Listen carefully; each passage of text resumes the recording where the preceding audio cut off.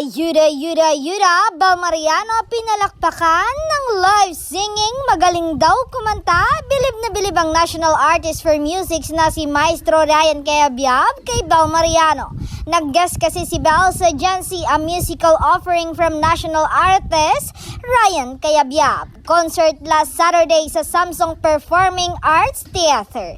Isa sa uploaded numbers ng concert ay yung pagkanta ng live ni Bel ng Smoky Mountains hit song na Kailan.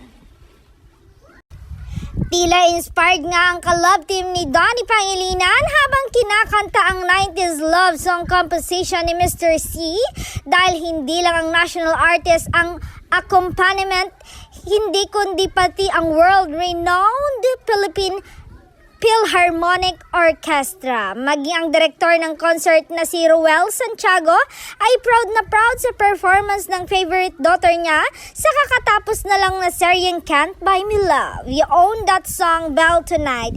You made me proud. Ang caption sa post ni Direk Ruel sa kanyang Instagram, kasama ang mga putos ni Bel habang nasa stage. Trending nga itong weekend ang actress, singer dahil sa pinakitang husay sa pagkanta ng one of the most loved kilig song na ginawa ni Maestro Ryan.